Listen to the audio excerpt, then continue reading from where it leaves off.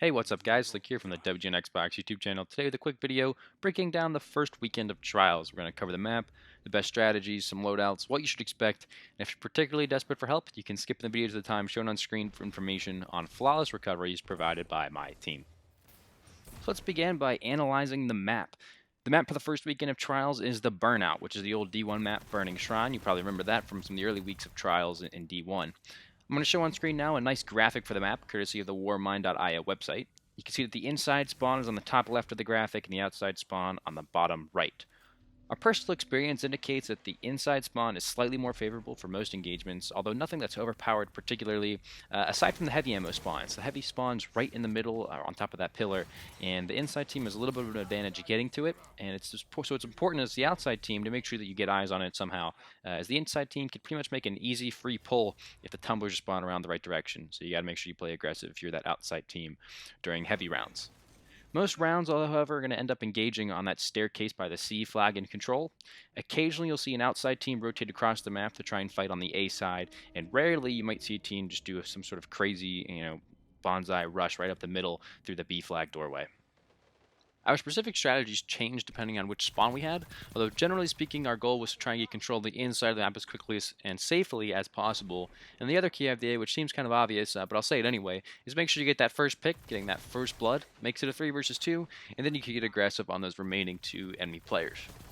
So when we had the inside spawn, we always tried to play around that C flag stairs like I kind of mentioned earlier.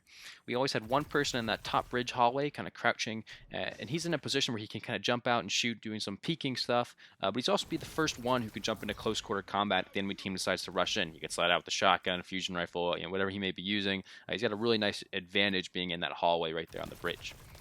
The other guy would usually be in the far back corner to try and combat anybody who's head glitching that staircase, and these two guys can bait and switch a little bit if you want to. The third guy, he kind of hung out around the middle of the map by the kind of where the heavy pillar is, and he's able to peek guys that are hanging out by the doorway to the outside of the map, and he can challenge guys that are back against the wall where you see the laser coming out of, and then he can even hit a quick flank if the guys are sitting with their backs turned to the staircase. Most importantly, he's able to call out enemy rotations and flanks. So sometimes you'll be seeing the guys who spawn outside rotate across the map, and that inside guy who's playing in the middle, he's able to call that out based on pings on the radar and kind of get that early information so that you know how you need to set up for the round. When we were the outside spawning team, we had a couple of different play calls depending on what the enemy loadouts were. So the inside spawn team has a clear advantage as far as sniping goes, and you might say some streamers disagree with this, but that's because they're god tier snipers, and I'm assuming if you're watching this video, you're not a god tier sniper, you're at best like a demigod sniper or something stupid like that. But anyways, if you see a team of snipers or even just a single guy with a nasty revoker shot, you have to be expecting that the entrance door to the East Tumbler area is going to be beaded with the sniper the whole entire time. So it's either going to be some guy sitting on the top of the bridge, or maybe he'd be the whole way across the map at the West Tumbler. The point is that sniper from the inside has a advantage getting to his spot a lot quicker than you're going to be able to, unless you have that new Titan exotic and a barricade set up. So when there was a sniper on the enemy team, we elected to stay outside. And what we did is we rotated the whole way across the map to the West Tumbler. And as we rotated, we were trying to watch the radar for pings so we can gauge how many people we should expect to encounter. And subsequently, we know whether we're able to rush right in and get control of the inside, or whether we have to kind of play it slowly and get a pick first before we push in. When there weren't any snipers, it's a lot easier being the outside spawn team. We just kind of hard rushed right through the doorway and got up onto those stairs by the C flag, like I kind of mentioned earlier again. And we used the staircase as a head glitch, and the one person would usually try to watch the flank. That was typically me. I would kind of sit against the wall, making sure that we weren't going to get shot in the back. And at the very least, sometimes I'd get up and fight with my team, but I was always being cognizant of the radar to try and call out any pinch by the enemy team before they were able to get on our flank. As far as loadouts go, here's a list of the most used weapons in Trials this week, again, courtesy of warmind.io. Your best bet's going to be to use hard light in your energy slot, and then either revoker or a shotgun in your kinetic slot. I personally use Parcel of Stardust and hard light for the entire weekend, and my buddies were using the other exotic rifles, or auto rifles like Monte Carlo and Suros, but basically any 600 RPM auto rifle is going to serve you well after the recent patch. Keep in mind that since heavy ammo only spawns in the 4th round, you shouldn't waste your exotic slot on heavy, although you could switch in between the 3rd and 4th rounds if you really wanted to, but for the most part, there's no sense in walking around with a Wardcliff coil or a Truth for the first 3 rounds when you're not going to have any ammo for it. As far as subclasses goes, there's nothing in particular that I'm going to recommend. Aside from if you're on a Titan, I'd recommend using Sentinel with suppression grenades. It's just nice to have those to try and counter the super game that kind of takes over in the last couple of rounds of your match. Hunters and Warlocks, you can pretty much go with whatever you're most comfortable with. I personally use Golden Gun on my Hunter bottom tree because I like the throwing knife a lot, getting that one hit. But if you're on a Warlock, there's pretty much free reign. You could use top tree Dawn Blade. You could use basically either of the top 2 trees for arc, and you could even use Nova Bomb. I saw a couple people running Nova Bomb in our late games after we had already gotten flawless, and they were just using that to kind of shut down supers because the super game in Trials is reasonably unpredictable. It's hard to gauge just those last few rounds how supers are going to pan out.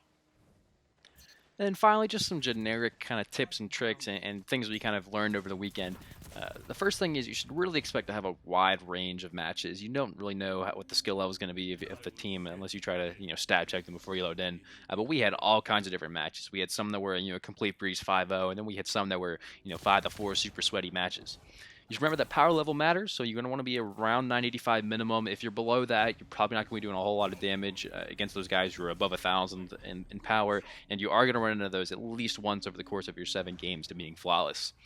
Make sure that you select the Mercy Passage. That way you get a free loss during your runs. Picked it up from Osiris. It's the one on the far left. It kind of changed how the whole boon system works. It's now through these passage things, which I'm sure you're aware of. And then the last thing is that once you get to 4 wins, you're going to start experiencing card-based matchmaking. So your opponent will have the exact same number of wins as you. So 4 wins coming up against 4 wins, 5 going against 5, and so on. But prior to that, for your first few games, it's strictly connection-based matchmaking. So everyone under 4 wins is just going to be doing those matches in that kind of pool, which makes it a little bit difficult at first. You might lose a handful of games early on in case you get paired up against a pair of sweats or something like that in your first few games. But after that, the card-based matchmaking actually worked pretty well, and it was kind of unexpected to see some Bungie matchmaking actually doing what it was intended to do.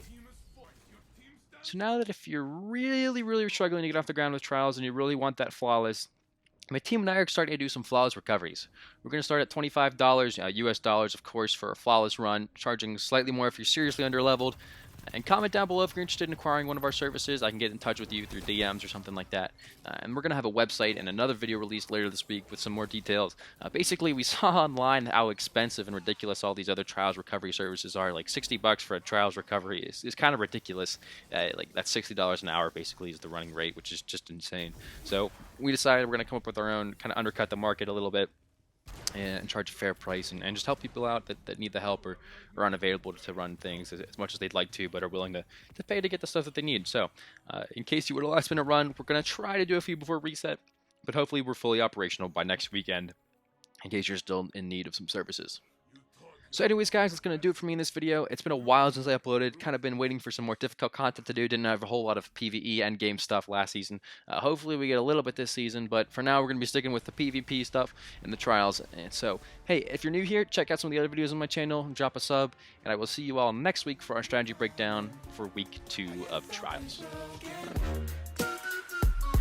All right.